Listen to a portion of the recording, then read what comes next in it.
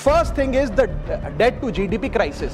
सरकार ने और डेट लेने के लिए, कर्जा लेने के लिए इस बजट में फॉर्मूला ही बदल दिया। इसी के साथ साथ मैं बताना चाहूंगा कि आज सरकार कहती है कि हमारा डेट टू जीडीपी रेशियो 56% है, लेकिन ये गलत है। देश का कर्जा और कैसे ना बढ़े इस पर काम करें, ना कि और कर्जा लेने के लिए हम जीडीपी और डेट टू जीडीपी के फॉर्मूले के रेशियोज बदलकर और पैसा कर्जे पे ब्याज पर लेने का प्रयास करें। ठीक है, इनकम टैक्स स्लैब में चेंज नहीं हुआ।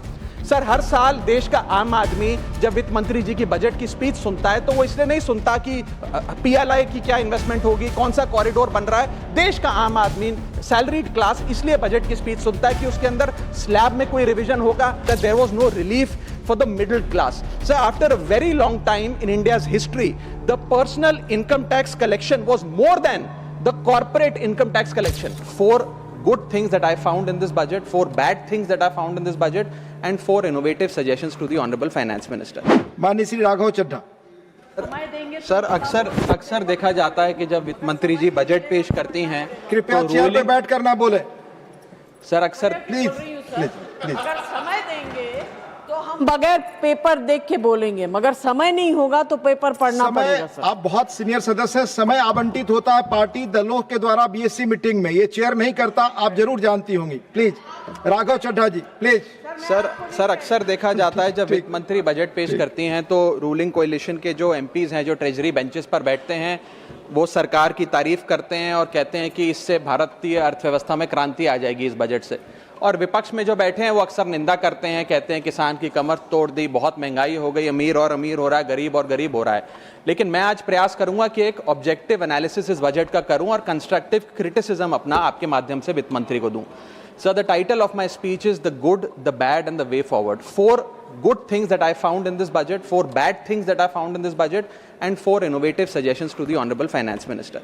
So the first good thing that I found in the budget is that there was an increase in the STT for derivative trading. Usually सरकार की निंदा हुई इस विषय को लेकर, मार्केट्स भी गिरी, लेकिन मेरा यह मानना है कि इस कदम से स्पेक्युलेटिव ट्रेडिंग यानी कि सट्टा ट्रेडिंग समाप्त होगी या कम होगी और रिटेल इन्वेस्टर, जो 90% रिटेल इन्वेस्टर एफएनओ सेक्टर में नुकसान भुगतता है, फ्यूचर्स एंड ऑप्शंस के चलते जुआ खेलता है, उसमें आपको रिटेल इन्वेस्टर की प्रोटेक्शन का एक माध्यम बन सकता है। लेकिन मैं इसी के साथ साथ वित्त मंत्री जी को याद दिलाना चाहूंगा कि एसटीटी का जेनेसिस क्या है, एसटीटी का जन्म कब हुआ।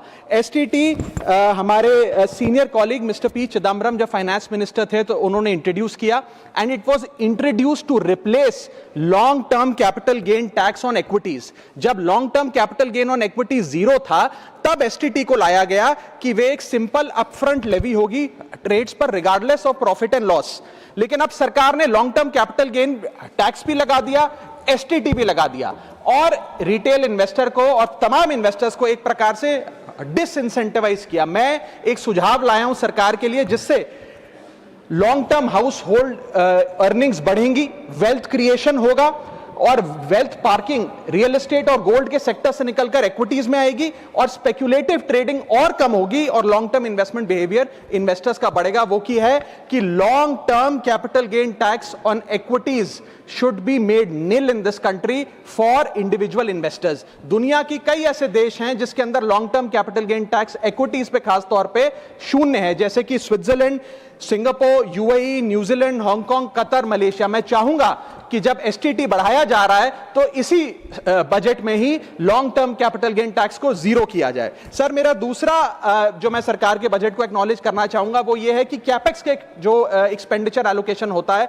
उसमें एक बढ़ोतरी देखी गई। जहां वित्तीय वर्ष 18-19 में मात्र 3 लाख करोड़ कैपेक्स था, वो इस वित्तीय वर्ष में 12 लाख करोड़ तक पहुंचा है, which is 4.4% of the GDP, which is a good step. It will have a multiplier effect and it will prioritise asset creation. लेकिन इसके साथ साथ सरकार को 5 साल में क्या कैपेक्स वो कौन कौन से क्षेत्रों में खर्चा करने जा रही है उसका एक ब्यौरा देना चाहिए ताकि प्राइवेट सेक्टर भी इस कैपेक्स के खर्चे को मैच कर सके।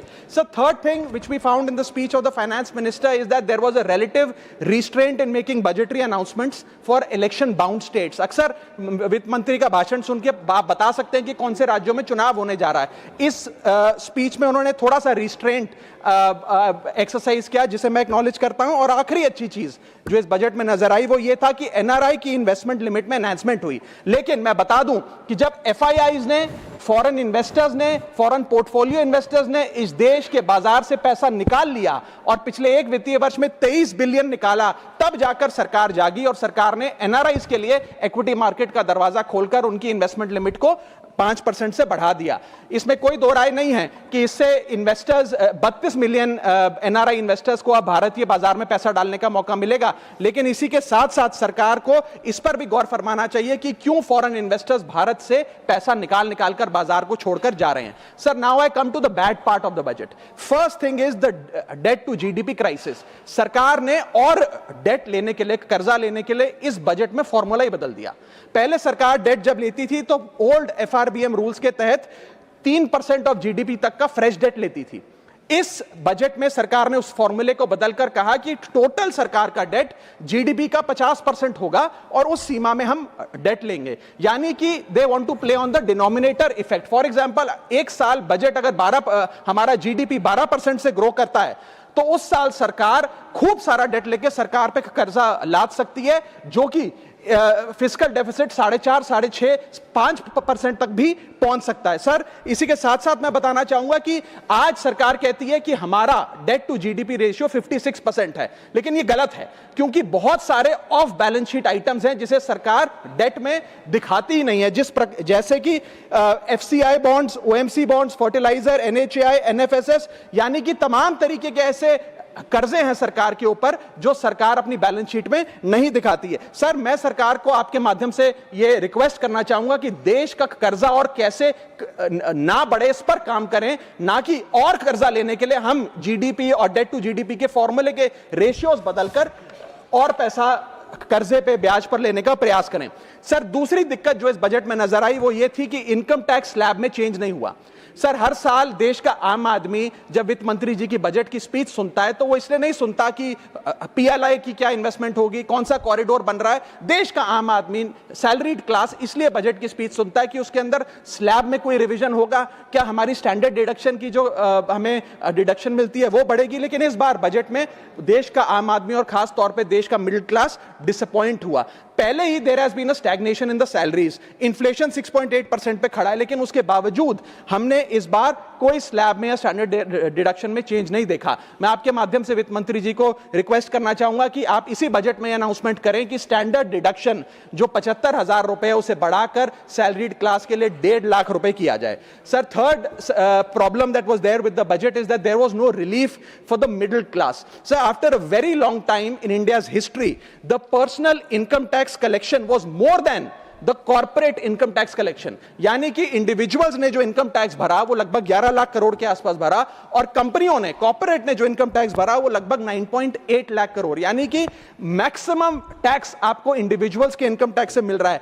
आप मिडिल क्लास वो टैक्स भर रहा है। आज वो दौर आ गया है कि हम मिडिल क्लास को अपलिफ्ट करें, मिडिल क्लास को पैम्पर करें, नहीं तो मिडिल क्लास एक सैंडविच की तरह रिच क्लास और पुअर क्लास में दबता चला जा रहा है। सर, राइजिंग कॉस्ट प्रेशर्स के चलते पिछले वित्तीय वर्ष में मिडिल क्लास ने देखा कि उसके एजुकेशन के खर्चे में 8% की बढ़ोतरी हुई, हेल्थ केयर 9% से महंगा हुआ, रेंट 7% से, फूड 6% से, ट्रांसपोर्ट 5% से।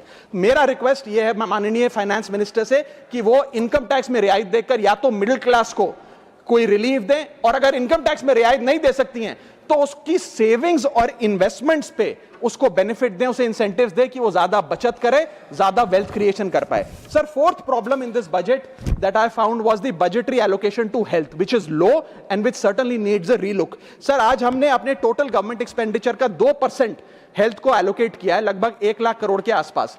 नेशनल हेल्थ पॉलिसी 2017 बताती है सर, और सरकार का ये अपना ऑब्जेक्टिव रहा है, गोल रहा है, that spending on public health should be 2.5% of GDP. आज हम 2026 में खड़े हैं, हमारी पब्लिक हेल्थ पे स्पेंडिंग मात्र 0.5% ऑफ जीडीपी। हम अपने लक्ष्य से कोसों मील दूर हैं। जहां यूएस में 18% ऑफ जीडीपी हेल्थ केयर पे खर्च होता है, यूके में 12%, जर्मनी में 13%, स्वीडन में, नेदरलैंड में, डेनमार्क में, जापान में, स्पेन में 10% ऑफ जीडीपी खर्च होता है, क्योंकि वो देश जानते हैं कि जान है तो जहान है। लेकिन हमारे देश में मात्र 0.5% ऑफ जीडीपी हम अपने हेल्थ पे खर्च करते हैं, और इसके चलते आलम यह है कि सरकारी अस्पताल में अगर आप चले जाइए, which is called the backbone of India's health care, वहां पर आपको पुरानी जर्जर बिल्डिंग मिलेंगी, मैसिवली अंडरस्टाफ्ड हॉस्पिटल मिलेगा, ओवरवर्क डॉक्टर मिलेंगे, पॉपुलेशन के हिसाब से बेड नहीं मिलेगा, जांच के लिए मशीनें नहीं हैं, दवाइयों की कमी है, और अगर इलाज की, ऑपरेशन की डेट मिल भी जाए तो वो डेट इतनी दूर होती है तब तक मरीज चल बसता है। Sir, the reality is that Covid made us realise, and it was a wakeup call for India's public health infrastructure, and I want to ask the house today, are we prepared, God forbid, if there were to be another pandemic or another big sort of raging pandemic in this country, and the answer to that is no। और private अस्पतालों की sir हालात ये हैं कि अगर आज आपको प्राइवेट अस्पताल में इलाज करना पड़े तो आपको लोन लेना पड़ता है, अपने घर के गहने, अपना रियल एस्टेट एसेट बेचकर पता नहीं कितने हजारों लाखों लोग हर साल भारत में गरीबी रेखा के नीचे चले जाते हैं, क्योंकि उन्हें एक हेल्थ इमरजेंसी के चलते प्राइवेट अस्पताल में इलाज कराना पड़ता है। सर, जैसे वन नेशन वन इलेक्शन इस देश में लागू किया जा रहा है, वन नेशन वन टैक्स की ओर हम बढ़ रहे हैं, वैसे ही one nation one medical treatment की ओर बढ़ना चाहिए। सबको नंबर 1 मेडिकल ट्रीटमेंट देश में मिले, ऐसी व्यवस्था बननी चाहिए। सर, मेरे 4 सुझाव जो आपके माध्यम से मैं वित्त मंत्री को देना चाहूंगा। पहला सुझाव है, put all land and property records of India on blockchain. एक blockchain based land registry ledger बनाइए। पहले 10 मेजर राज्यों शहरों से शुरू करिए, महानगरों से और टियर 2 सिटीज से, जिस ब्लॉकचेन लेजर में हर रिकॉर्ड, हर सेल, हर म्यूटेशन, हर इनहेरिटेंस को एक डिजिटल रिकॉर्ड बुक में डाला जाएगा, जो एक ब्लॉकचेन लेजर होगा, जो टाइम स्टैम्प्ड होगा, टेम्पर प्रूफ होगा, 100% ट्रांसपेरेंट होगा, और रियल टाइम प्रॉपर्टी ट्रैकिंग आप उससे कर सकेंगे, जिसके चलते इंस्टेंट टाइटल वेरिफिकेशन होगा। आज सर, हमारा जो रियल एस्टेट का लैंड एंड प्रॉपर्टी रिकॉर्ड का जो बाजार है, उसमें अटर कियोस है। कियोस इसलिए है कि लोगों को रजिस्ट्रार के दफ्तर के बाहर धक्के लग रहे हैं, दलालों ने उन अफसरों पे पूरी तरीके से कब्जा किया हुआ है, प्रॉपर्टी टैक्स में चोरी होती है, सर्कल रेट को एक्सप्लॉइट करके कैश में प्रॉपर्टियां खरीदी जाती हैं, फर्जी कागज, कब्जे, टाइटल डिस्प्यूट, न जाने क्या क्या चल रहा है, जिसके चलते आज 66% of India civil disputes or land disputes, 45% of properties lack clear title in India.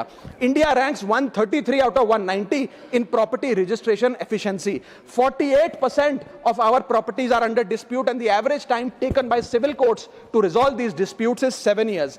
And 6.2 crore property documents are pending digitization. वो तहसीलदार के दफ्तर में पड़े या रजिस्ट्रार के दफ्तर में, उनका डिजिटाइजेशन अभी तक नहीं हुआ। इन सारी बीमारियों का एक ही दवा है, that is national blockchain registry, जिसके चलते प्रॉपर्टी डिस्प्यूट समाप्त होंगे, मिडिल क्लास की वेल्थ अनलॉक होगी, क्योंकि वे और ब्याज पे पैसा ले पाएंगे, प्रॉपर्टी टैक्स की कंप्लायंस बढ़ेगी, और रीट्स जैसे इन्वेस्टमेंट व्हीकल्स को ब्लॉकचेन वेरीफाइड टाइटल मिलेंगे, उसमें भी बढ़ोतरी देखी जाएगी।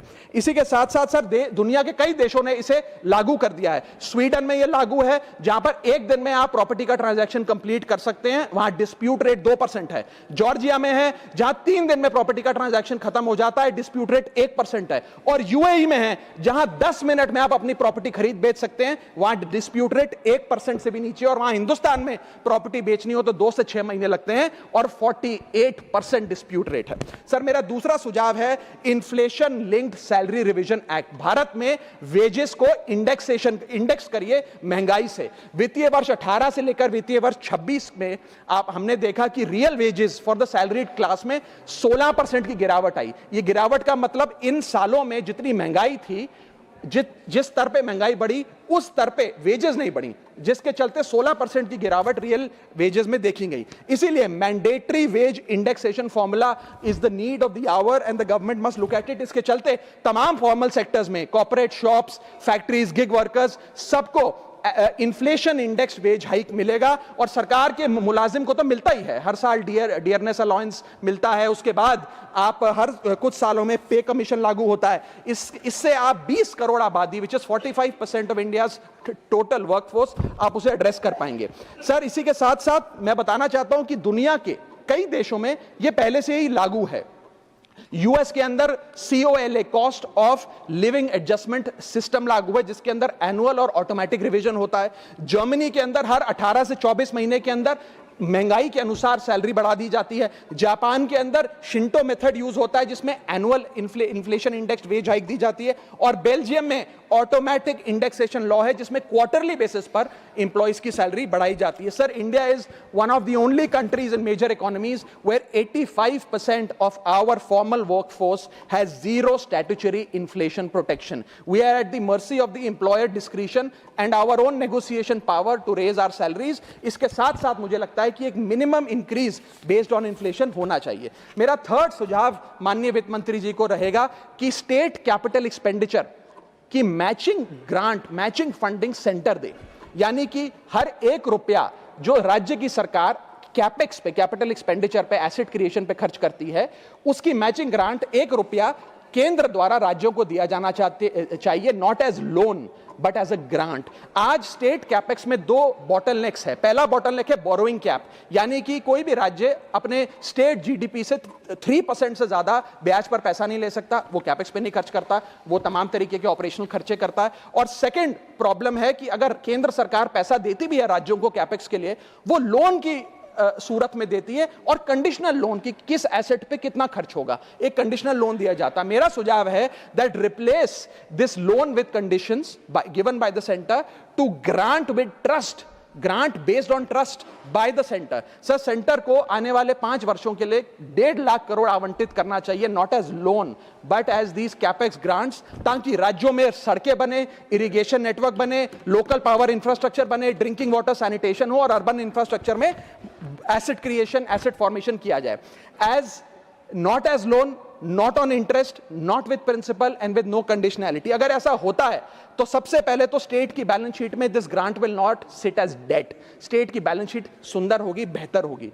दूसरा, खुलकर राज्य कैपेक्स पर खर्च कर पाएंगे। Third, it will be a high growth and a high job creator, एक ग्रोथ मल्टीप्लायर और जॉब क्रिएटर के तौर पे इसका इस्तेमाल होगा, क्योंकि हर 1 रुपया जो आप कैपेक्स पे खर्च करते हैं उससे भारत का जीडीपी 2 से 3 रुपए बढ़ता है in a span of 3 to 5 years।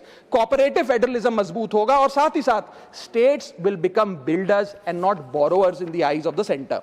Sir, मेरा चौथा सुझाव जो माननीय वित्त मंत्री जी के लिए है वो ये है कि legalise virtual digital assets as an asset class. India में अभी सर वैसे ही डी फैक्टो लीगलाइज टैक्सेशन है वर्चुअल डिजिटल एसेट्स, यानी कि crypto currency, stable coin etcetera, क्योंकि अगर उनकी खरीद बेच पर कोई मुनाफा होता है तो 30% फ्लैट इनकम टैक्स लगता है, और 1% ट्रांजैक्शन टैक्स जो अपनी वस्तु बेच रहा है उसे सरकार को जमा कराना पड़ता है। But they are somehow not recognised as an asset class. VDS जो वर्चुअल डिजिटल एसेट्स है, एक एसेट क्लास का दर्जा नहीं दिया गया, जिसके चलते कोई डेडिकेटेड लाइसेंसिंग लॉ नहीं है, कोई क्लियर कंज्यूमर या इन्वेस्टर प्रोटेक्शन कानून नहीं है, AML कानून यानी कि एंटी मनी लॉन्ड्रिंग गाइडलाइंस और डायरेक्शंस इस एसेट क्लास के लिए नहीं है, and there is of course no explicit legal classification. As a result what has happened is that 4.8 lakh crore trade in this virtual digital assets has moved offshore. Bharat के बाहर निकलकर वो अन्य देशों में, दुबई, सिंगापुर, मलेशिया और अन्य देशों में इसका ट्रेड हो रहा है जो भारतीय कर रहे हैं। Second thing that has happened is that 73% of India's crypto trading volume in financial year 25 has moved to offshore exchanges. What has further happened is that 180 virtual digital asset startups have moved to countries like Dubai and Singapore, and as a result जो देश, भारत देश के 12 करोड़ ऐसे लोग हैं जो इन virtual digital assets में, crypto में, RWA यानी कि रियल वर्ल्ड एसेट में, स्टेबल कॉइन में इन्वेस्ट करना चाहते हैं, वो ऑफशोर जाकर इन्वेस्ट कर रहे हैं। जरूरत है कि हम कंप्लायंस हिंदुस्तान में लागू करें, उसे हेविली रेगुलेट करें, लेकिन उसे ऑनशोर लाएं। इसके चलते अगर ऐसा होता है तो सरकार के खजाने में 15 से 20 हजार करोड़ रुपए का इजाफा होगा, उन्हें उतना टैक्स मिलेगा। और इसी के साथ साथ मैं सरकार को कहना चाहता हूं that we currently tax these virtual digital assets as if they are legal, but we regulate them as if they are illegal. मेरा सुझाव है कि इसे heavily regulate करिए, ring fence करिए इस इकोसिस्टम को, AML guidelines यानी कि एंटी मनी लॉन्ड्रिंग कानून और मजबूत करिए, लेकिन prohibition is not protection, regulation is protection. Thank you so much, sir. Thank you, धन्यवाद माननीय राघव चड्ढा जी।